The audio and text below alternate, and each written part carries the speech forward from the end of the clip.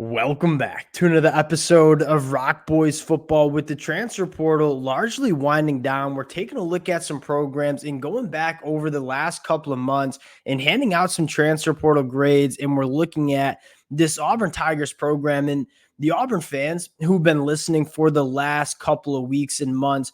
You guys know how I feel about this transfer portal class. I think Hugh Freeze absolutely nailed it. And it's not necessarily the quantity of players that they brought in, but it was the quality of players and at the positions where they needed to address. And I mean, that's kind of the conversation I want to dive into is, how do you really evaluate transfer portal classes? You look at 24/7 Sports on 3, it's very predicated to the quality or quantity, I should say, of players that they brought in. If you brought in a lot of players, you're going to have a good transfer portal grade. You're going to be at the top of the rankings. Auburn's sitting there at 28th, I believe, according to 24/7 Sports. But I'm looking at this Auburn transfer portal class and saying, Hugh Freeze, in my opinion, absolutely crushed it, right? He brought in a great class in 2024. I think he supplemented it very well with some veteran additions in the transfer portal. Want to get into, some of my thoughts, give you guys my grade for this Auburn program. Before we do it, as always, just want to say thank you to you guys, to the Auburn Tiger fans.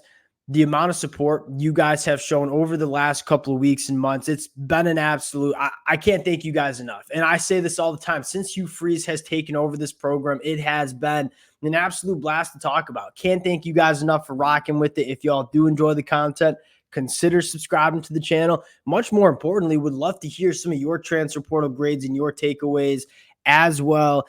And without further ado, let's get into this one. I want to start with my criteria that I'm looking for in terms of how I evaluate these transfer portal classes. And I came up with a little bit of a rubric. And I'm going to read you guys the 3 things that I look for in evaluating transfer portal classes. 1, quality of players. I am less concerned with the quantity of players and much more with the quality of players. You look at some programs, Colorado comes to mind. Yeah, they brought in 40+ guys. What's the quality look like? Last year, it wasn't that high. So quality of players, very important. Second, filling roster needs.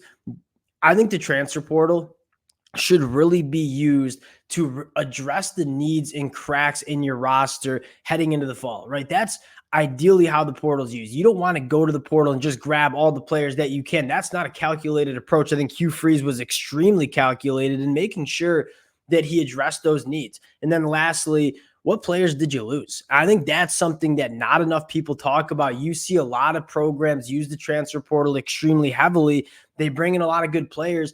They also lose a lot of good players, and that's not necessarily good too. You want as much continuity within your program as you can. So are you bringing in high-quality players without losing a lot of high-quality players? That's the third thing we're looking for. Let's start with the quality of players and, more importantly, synthesize that with filling roster needs, right? We were sitting there coming out of the winter and the fall season in 2023 and saying, what positions does Auburn need to address? I think Hugh Freeze made it very clear that we are going to work with the quarterbacks that we have on the roster. They maybe kick the tires on some quarterbacks, but nothing really seriously. You take a look at some of the, holes you would say, or cracks in the foundation in terms of this Auburn roster heading into 2024. It started with the inside of the defensive line. What does Hugh Freeze go out and do? You scroll down this list and say Isaiah Rakes, a guy that has a ton of SEC experience, that true nose tackle body. You trust him to come in and play some really good football. He's not going to light up the stat sheet, but he's going to be a guy that lets a lot of other players play at a high level. You're bringing a guy in Philip Bleedy, who I am a massive fan of, coming from the Big Ten, much more of a difference maker on the inside than Isaiah Rakes, kind of, gives you a little bit different of a flavor. You continue to scroll down and say Trill Carter. This was a guy that played phenomenal football at Minnesota in 2022. Can he get back to that form? Gage Keys coming from Kansas. 4 experienced big bodies on the inside of the defensive line in a market where, so many programs were looking for interior defensive linemen. Auburn was able to land 4 really quality players. And you look at that depth chart heading into 2024 and say, Auburn's deep on the inside of that defensive line. I think secondly, we're talking about the wide receiver room and say this wide receiver room, this pass catching room for Auburn last year was an absolute disaster. And I think specifically what was Auburn looking for is saying, hey, we have so much talent, young talent coming into this program, right? Cam Coleman, Perry Thompson, Bryce Kane. I'd even throw guys like Caleb Burton in there who are only going into year 2. you really like the talent that Auburn had at the wide receiver room. Cam Coleman, again, looking like a guy that is going to dominate college football the minute he steps on the field in the SEC. What you had questions with was the experience. Do we have those veteran kind of bodies in that wide receiver room?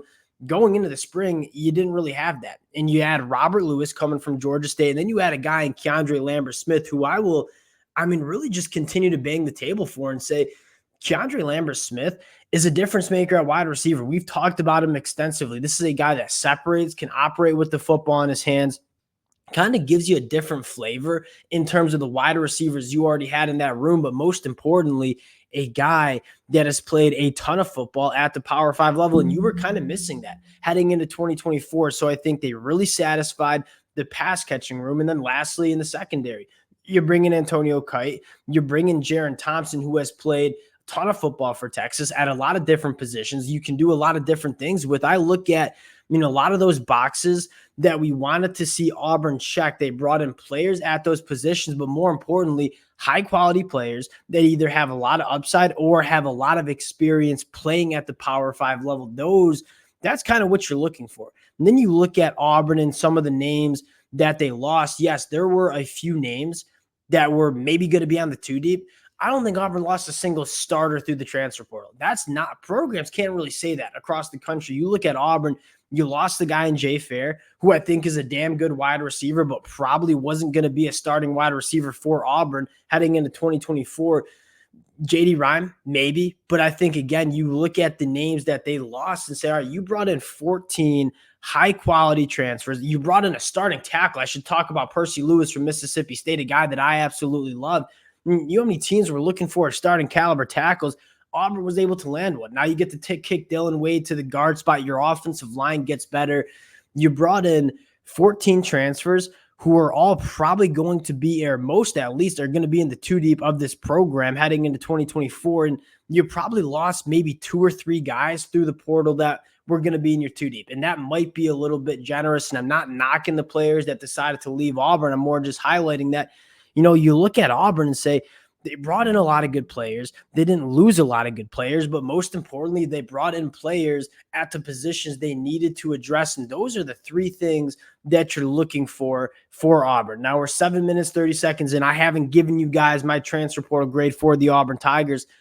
Let's get into it. I'm going to go with a solid A-. And honestly, you could really argue that it could have been an A. And I think I might just bump it up. I think the one knock is maybe you didn't get an elite quarterback in the transfer portal. I don't think Auburn really wanted to do that. So I'll give them an A because you look at all the boxes, you look at the criteria, the rubric that we just presented, Auburn checks the box on all of those rubrics. And although it's not going to get a ton of national media attention because they only brought in 14 transfers, they didn't necessarily land that super high caliber transfer guy. But I think guys like Keandre Lambert-Smith certainly satisfy that bill.